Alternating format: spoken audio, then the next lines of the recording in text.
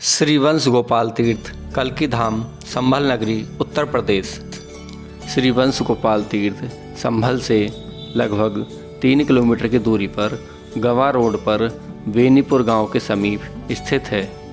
बेनीपुर गांव के समीप पहुंचते ही आपको सड़क पर ही श्री वंश गोपाल कल्की धाम तीर्थ का एक बोर्ड दिखाई देगा। इस बोर्ड के समीप से ही एक रास्ता श्री वंश गोपाल कल्की धाम तीर्थ की तरफ जाता दिखाई देगा।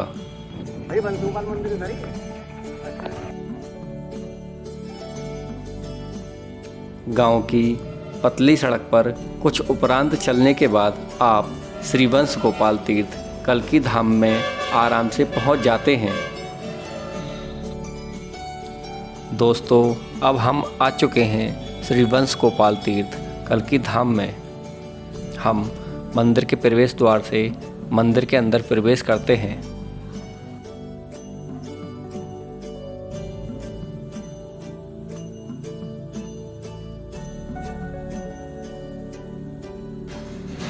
सामने एक छोटा सा मंदिर है। इस पर तीर्थराज श्री वंश गोपाल धाम लिखा हुआ है और मंदिर परिसर में ही एक बोर्ड लगा है श्री वंश गोपाल कल्की धाम तीर्थ का। इस पर मंदिर के बारे में विस्तार से लिखा हुआ है। हम आ चुके हैं कल्की धाम वंश गोपाल तीर्थ और जो कदम का वृक्ष है वो मेरे पीछे है। इसी वृक्ष के नीचे भगवान श्री कृष्ण और रुक्मणी जी ने विश्राम किया था रात्रि में। आज से 5000 वर्ष पहले भगवान श्री कृष्ण कुंदनपुर अवंतिका जी से रुक्मणी जी का हरण करने गए थे। वापसी में रुक्मणी जी का हरण करके आ रहे थे, तब यहाँ पर कदम का वृक्ष देखकर यहाँ इसी वृक्ष के नीचे रुक्मणी जी के साथ एक रात्रि विश्राम किया था।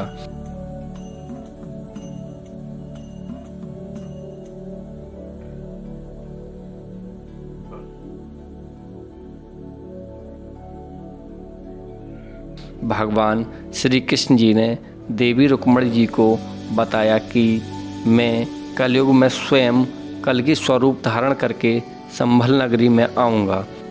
उसके बाद भगवान श्री कृष्ण जी ने ब्रह्मा जी को बुलवा के यहाँ पर एक शिव मंदिर व तीर्थ बनवाने का आदेश दिया। उसके बाद भगवान श्री कृष्ण देवी रुक्मणी के साथ मथुरा के रास्ते राजस्थान होकर द्वारिका पधारे।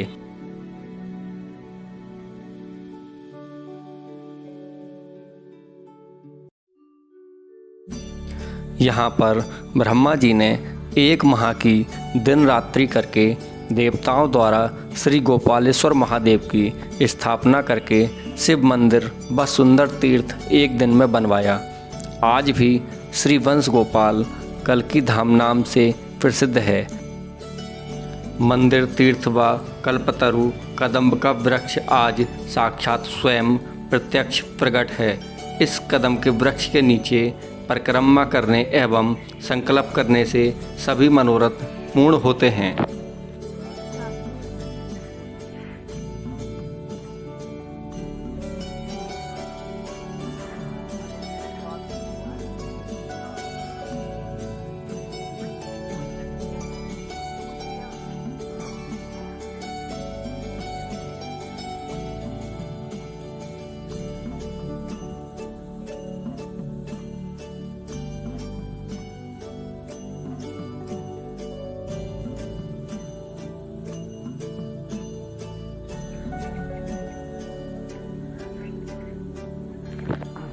प्राचीन संतोषी माता का मंदिर है।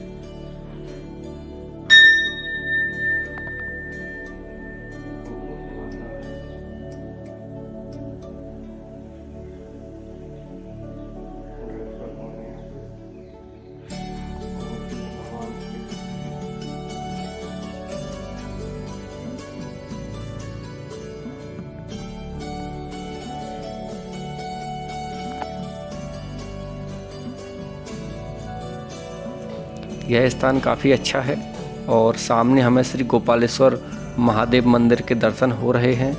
और श्री वंश गोपाल तीर्थ कल्की धाम का यह कुंड है। इसमें अभी जल उपलब्ध नहीं है और जल अगर यहाँ पे होता है तो श्रद्धालु इसमें स्नान करते हैं यहाँ पे स्नान करना भी काफ़ी पुण्य माना जाता है और काफ़ी रमणीक स्थल है ये। कुंड के पास में ही मंदिर के कोने में हमें एक कूप यानी कि कुआं दिखाई देता है, जो देखने से काफ़ी पुराना लग रहा है।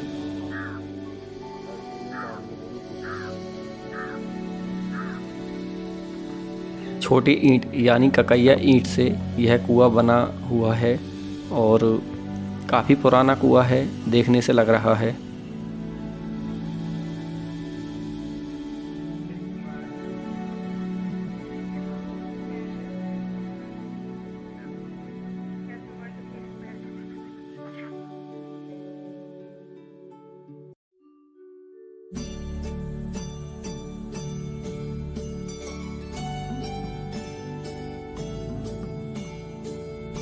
यहाँ से थोड़ा आगे चलते हैं और यहाँ से हम आपको श्री वंश गोपाल कल्की धाम का पूरा व्यू आपको दिखा रहे हैं। बहुत सुंदर नज़ारा है।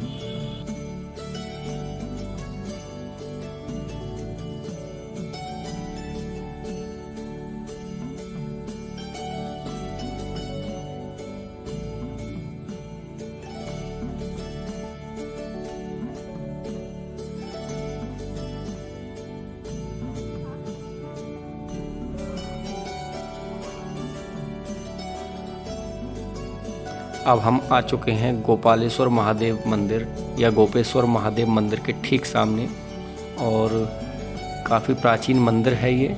इसका एक दरवाज़ा उखड़ा हुआ है और साइड में रखा हुआ है। हम मंदिर में प्रवेश करते हैं। सामने हमें भगवान शंकर, देवी पार्वती जी, नंदी, श्री गणेश भगवान जी, कार्तिकेय जी दिखाई देते हैं और काफ़ी पुरानी मूर्तियां हैं। देखने से लग रहा है काफ़ी पुराना मंदिर है। छोटी ईंट का बना हुआ मंदिर है ये और ये हमारे गोपेश्वर महादेव शिवलिंग हैं, जिनकी स्थापना भगवान ब्रह्मा जी ने की थी। श्री कृष्ण के आदेश देने के बाद भगवान ब्रह्मा जी ने गोपालेश्वर महादेव की स्थापना की थी। श्री वंश गोपाल तीर्थ कल्की धाम की जो भी जानकारी हमें पता थी हमने आपके साथ साझा की। अन्य पूरी जानकारी यहाँ के महंत श्री भागवत प्रिय महाराज जी से हम प्राप्त करेंगे। चलिए बात करते हैं श्री महंत जी से।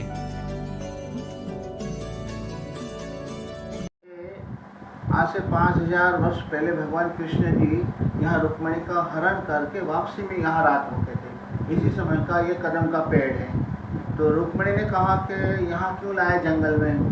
तो कृष्ण भगवान ने कहा कि इधर से जाते तो वहाँ 5 सेना खड़े थे, जरासंध, कालयवन, दंतवक्र, शिशुपाल और राजा भीष्मक की। ये 5 सेना खड़े थे तो वहाँ बड़ा युद्ध हो जाता। तो वहाँ से नहीं गए, यहाँ आए। और यहाँ भी बहुत बड़ा रहस्य की बात मैं बताता हूँ कि ये संभल है, ये भवगंगा और रामगंगा के बीच में माँ में कलयुग में कल्कि अवतार लेके आऊँगा।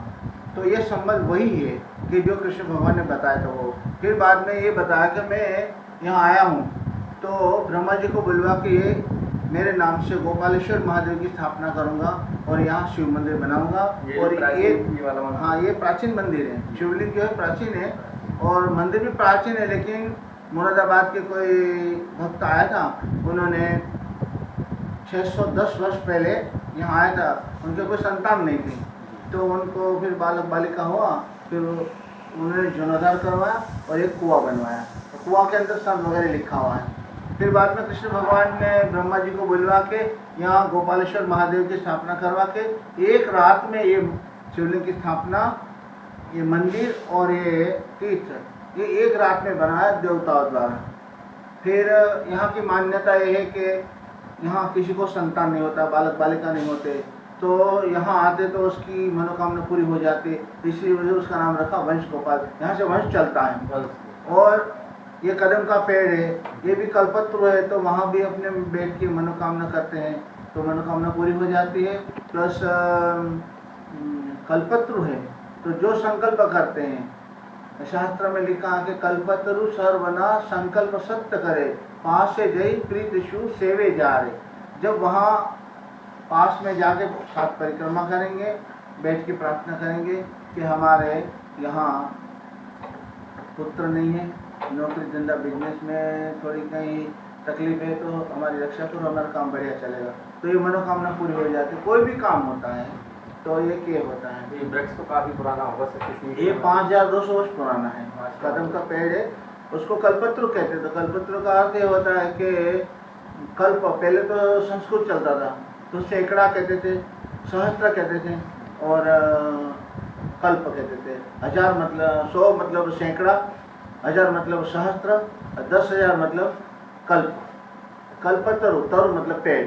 ये 10,000 वर्ष तक चलने वाला पेड़ है। उसमें शक्ति होती है, उसमें शक्ति होती है कि उसके नीचे बैठ कर संकल्प कर उसकी मनोकामना पूरी होती है। ये स्वर्ग का है। जब समुद्र मंथन हुआ तब ये पेड़ निकला था, तो बाद में ही इंद्र ले गए थे। तो कृष्ण भगवान जब सत्यभामा सहित गए तो पारिजात का पुष्प का वृक्ष और ये कदम का पेड़ ये स्वर्ग में से लाए।